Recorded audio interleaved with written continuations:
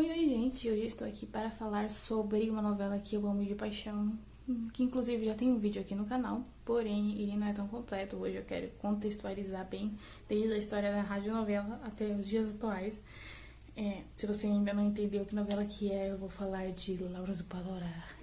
Um dia chegarei com um disfraz. É possível você brasileiro nunca tenha ouvido falar dessa novela, porque já passou tipo umas 20 vezes no SBT, né?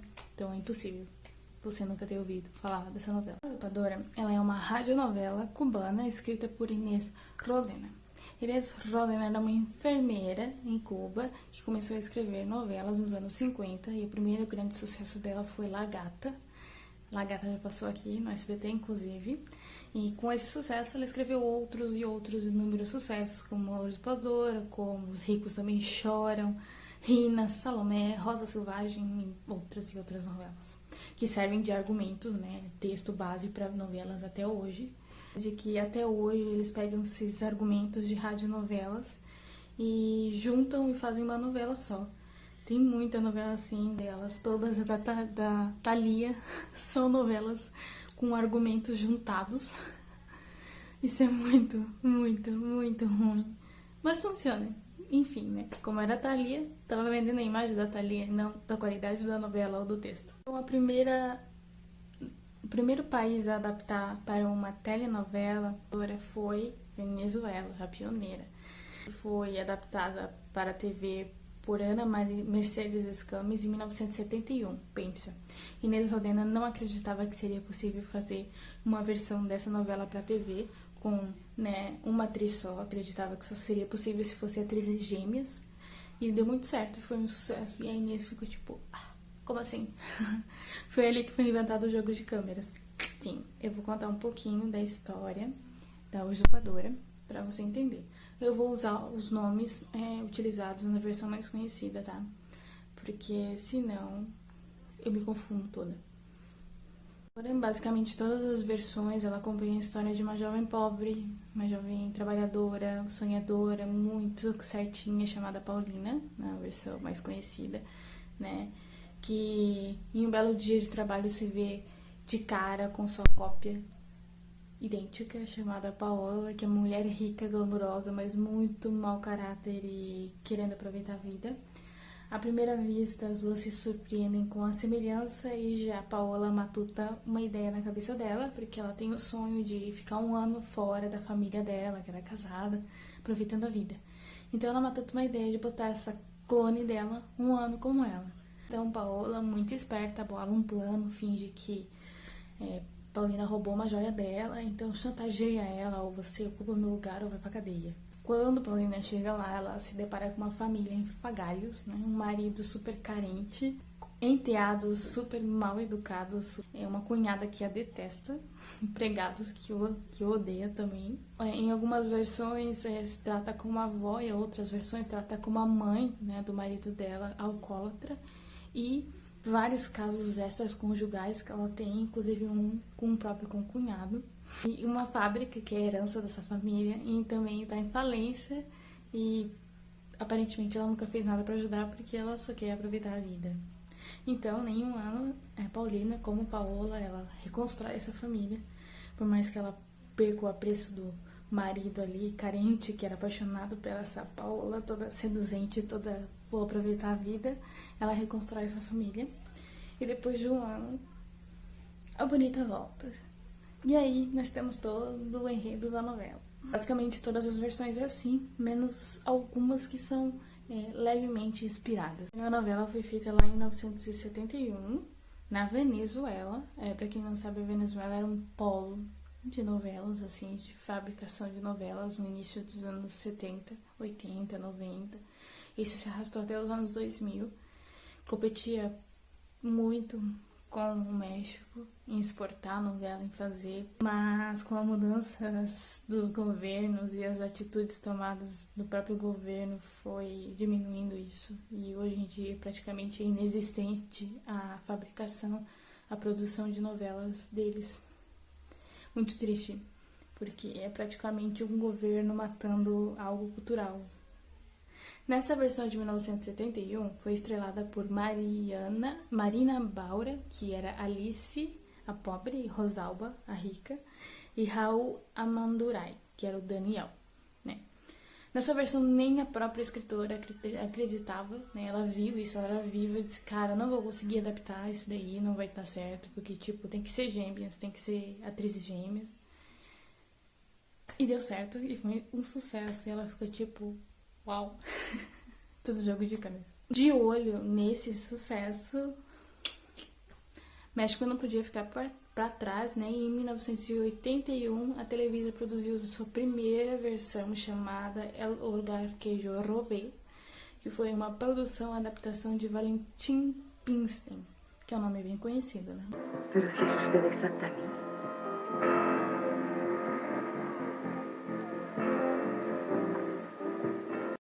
Angélica Maria, mãe de nossa querida La Feia Mais Bédia, foi responsável pela dobradinha das gêmeas Vitória, a pobre, e Andréia, a rica.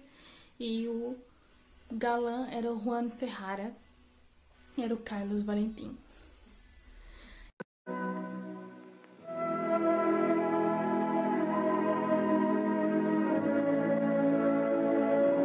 Em 1986, a RCTV, que fez a primeira versão também, na Venezuela fizeram uma outra versão chamada La Intrusa. Inclusive tem na internet e eu vi, é bem legal. É protagonizada essa versão por Marila Acolá, que foi a Virgínia pobre, e a Estrella, a rica, e Victor Câmara, que foi o Luiz Antônio. Victor Câmara era tipo um galãzaço venezuelano comparado, sei lá, ao Fernando Colunga nos anos 90, só que ele era dos anos 80. Ele estava em todas as novelas. Parecemos hermanas gemelas. Un año para respirar. Romper estas cadenas que te separan de mis brazos sin razón. Aí, só em 1998 foi feito um segundo remake já no México, com o nome original, Laura Usurpadora, protagonizada pela nossa querida atriz venezuelana, que foi a Gabriela Spanik, que foi a Paulina, a pobre, e a Paola, a rica, e Fernando Colunga com Carlos Daniel, que também era um fadão, né, naquela época.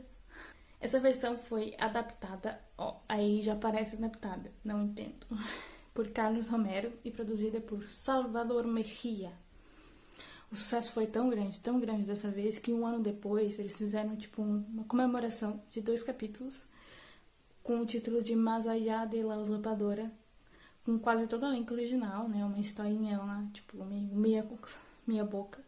E a grande vilã dessa história é a empregada nova lá da casa, que era da Ria Carrillo, que era a Raquel. Porque se você não sabe, a Paula morre, tá? Spoiler.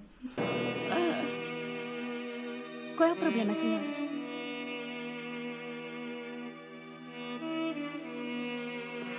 Un día llegaré con un disfraz. Vamos para o ano de 2012, quando a Colômbia aproveitou e entrou aí no jogo e fez uma versão um pouquinho mais livre da novela, com o título de Quem Eres Tu, protagonizada por Laura Carmini, que foi a Natália, a pobre, e Verônica rica, e Juan Gil, que foi o Felipe. Nessa versão é um pouquinho diferente, tipo, bem diferente, porque as gêmeas, elas sabem que são gêmeas, elas crescem junto até os 14 anos de idade e são separadas. Anos depois, Verônica, rica, que é bem ambiciosa, perversa, né? Ela pretende fugir com o dinheiro do marido, com o cunhado, que ela tem um caso, né? E ela conta toda uma historinha triste para a irmã dela, que acaba aceitando trocar de lugar com ela de boa. ¿Y qué quieres que yo haga? Reemplazándome. Son solo sueños que repiten y que voy buscando. Son los sueños que no volverán. Agora vamos por uma versão levemente inspirada portuguesa, que eu também não sabia que existia, que se chama Destinos Cruzados, que foi em 2014. Ela é protagonizada por Alexandra Lancaster, que é Silvia Laura, e Virgílio Castelo, que é o Jaime. Eu vou ler, porque eu realmente não consigo fazer uma síntese dessa história meio confusa. Silvia é a gêmea boa, ela é casada com um homem que atrai constantemente, Humberto, e ainda é envolvido com o tráfico, tá? Silvia tem 2 filhas, Sônia, que é muito ambiciosa, quer ser rica, e Fernanda, uma moça trabalhadora que trabalha com sucata. Já Laura é a gêmea arrogante e ambiciosa, ela é casada com Jaime, que é muito rico, tem uma empresa, mas tem um caso com o noivo da própria filha, o Eduardo. Tá bom. As duas só se encontram numa explosão de um posto de gasolina, onde a Silvia, não sei se por acaso não diz, vai viver no luxo e tenta consertar as maldades da sua sósia irmã. Essa versão tem 264 capítulos. Portugal está superando aí no argumento. Posto de gasolina, cara, está a cara de sabe o que? Fina estampa. Sem posto de gasolina.